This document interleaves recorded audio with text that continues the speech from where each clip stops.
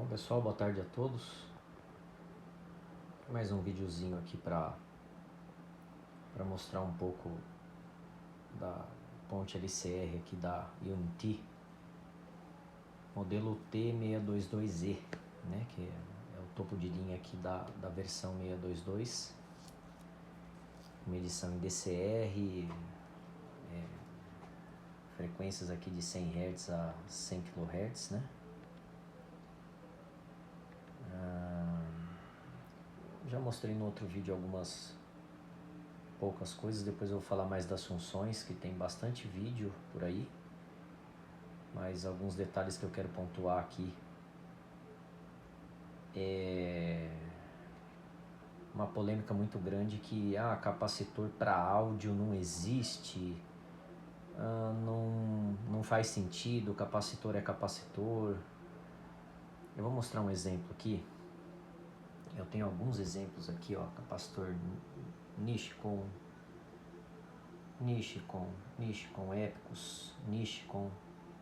Epicus, que eu uso para fonte de amplificador, Elna. Esse pequenininho aqui não tem marca, mas é incrível, é de 25 volts por 10 micro. Esse LL, eu acredito que seja long life, né? Alguns falam que é low leakage, mas é long life, não tem mais inscrição nenhuma. Eu retirei do meu gravador de rolo da Akai, da década de 70. Eu fiz um recap completo nele. Eu tenho alguns outros capacitores dele aqui que eu testei também, vou mostrar depois. Mas tá aqui, ó, esse capacitor ele foi retirado, ele não tem marca, tá? Ele é um bipolar, 85 graus. E tá aqui, ó, for audio crossover, né, de 4.7 micro por 50 volts. Ele não tem mais nada, ele tem uma inscriçãozinha aqui, eu não consegui descobrir qual a marca. Ele foi retirado de uma placa, ele já é relativamente, tem bastante tempo já. Ele foi retirado de uma placa de um receiver que tava com problema, esses com amplificador STR. Tinha vários problemas aí, foi retirado dessa placa. E eu guardei como sucata aqui, eu falei, deixa eu, por curiosidade eu vou testar. Então vamos lá, ó, já está calibrado. Tá dando uma diferença aqui entre 0 e 1 pico aqui, né? Essa diferença desprezível aqui. Então, como não tem polaridade, ele está descarregado, já descarreguei aqui com o equipamento. Ele não tem polaridade, eu vou conectar aqui. Com uma mão é difícil. São as pontas Kelvin aqui, né? Opa. Ok. Tá conectado aqui. Bom, ele é de 4.7 por 50 volts. Deixa eu começar aqui pela ESR. Bom, geralmente os fabricantes colocam essas medidas a 120 Hz. Eu tô aqui dentro, uma temperatura mais ou menos de 23, 24 graus agora, medido pelo termopar aqui do multímetro. As medidas são feitas a 20 graus, então pode ter uma sensível diferença. Então vamos analisar alguns detalhes aqui, ó. De 4.7 ele está medindo 5.12 microfarads, tá? Uma ESR de 3.89 está oscilando um pouquinho, tá? Na tabela, como eu não encontrei o datasheet dele, porque eu não sei a marca, na tabela genérica, né, 4.7 por 50 volts, ele deveria ter no máximo 3 ohms de ESR. Aqui está dando 3.9. Então, assim, já teria que descartar, apesar da capacitância estar dentro dos limites, dos 20%, que geralmente esses capacitores têm. Mas vamos analisar outros detalhes aqui que a ponte LCR nos fornece e que são importantíssimos, né? Agora ele vai pular lá para o fator de qualidade. A gente sabe que a ESR está diretamente relacionada com o fator de qualidade, o fator de dissipação, né? E aí até o a tangente de φ, né?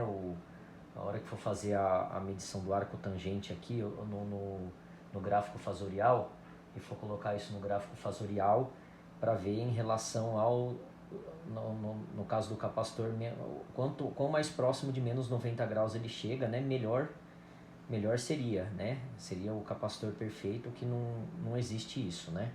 Então ele está lá. Vamos lá, agora aqui eu vou mudar para o...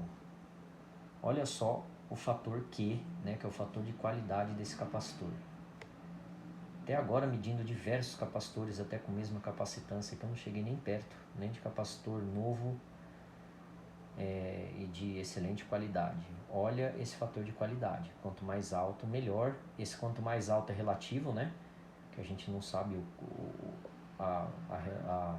não tem uma tabela do quanto mais alto, mas são alguns cálculos que são feitos e aí análise de outros parâmetros aqui.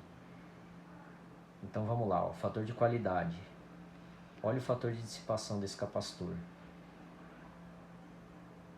12 miliwatts.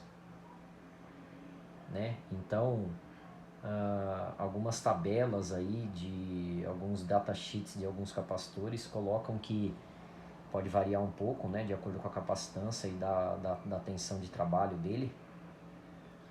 Então ele admite, às vezes no máximo até 500 miliwatts, 300, 200, esse daqui 12,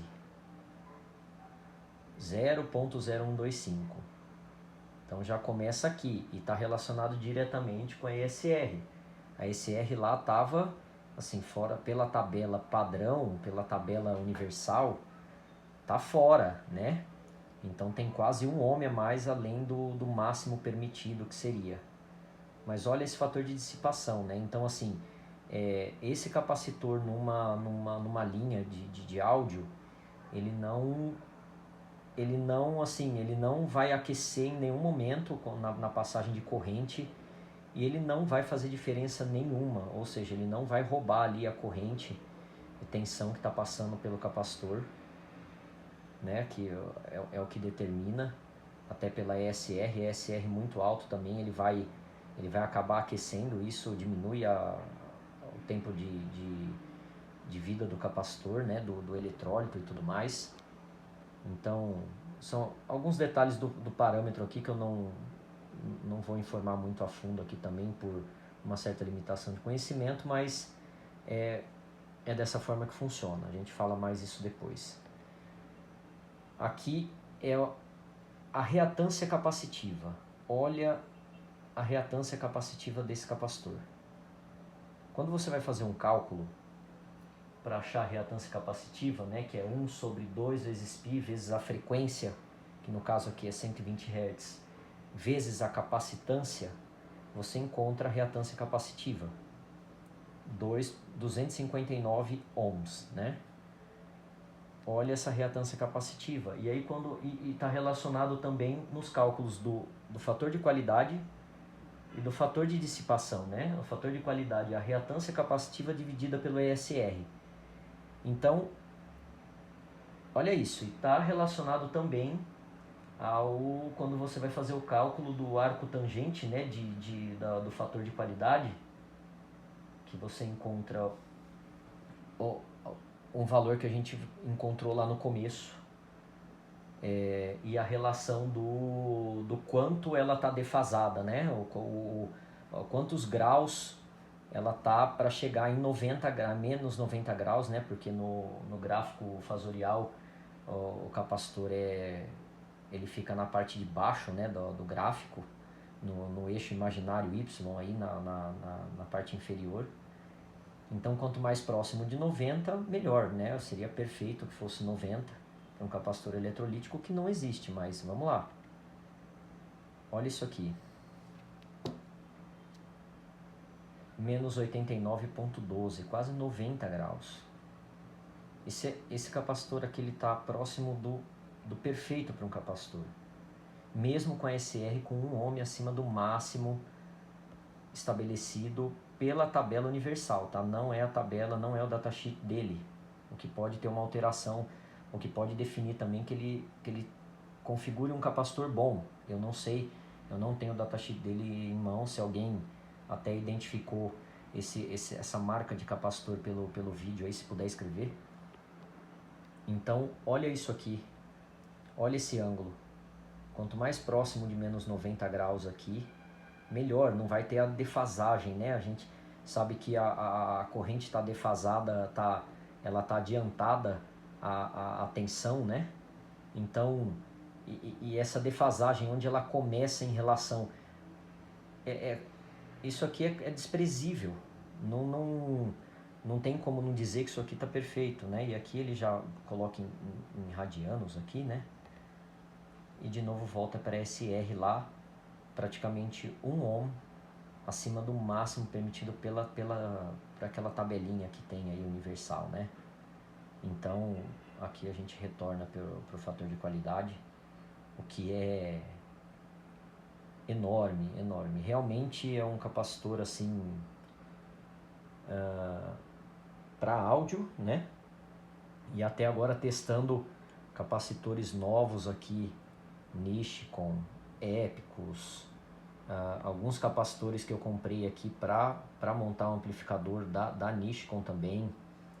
Esse capacitorzinho eu vou fazer um teste também, que é surpreendente, tem 30 anos, 30 e alguns anos, e é incrível. Não sei se mudou a qualidade com que esses componentes atualmente estão sendo fabricados. Então é de se surpreender realmente. Aí eu volto num próximo, aí eu vou entrar em menos detalhes e vou fazer um teste rápido mostrando alguns detalhes do datasheet desses capacitores aqui da Epicus, Nichicon, esse daqui também foi tirado de um... Esse capacitor aqui da Nichicon aqui de 5600 por 35 foi retirado do mesmo receiver que saiu esse que eu tô testando agora. E esse outro aqui também saiu do gravador de rolo da Akai. Esse daqui realmente ele tem alguns detalhes aqui, não tá legal. Marcon, a marca dele. E esse outro amarelinho sem marca, que eu não consegui identificar, é surpreendente. Esse da Lelon também, ele tem alguns probleminhas aqui. São excelente marca de excelentes capacitores também. Esse capacitor foi tirado do mesmo receiver. Por incrível que pareça, é uma salada de marca de capacitor.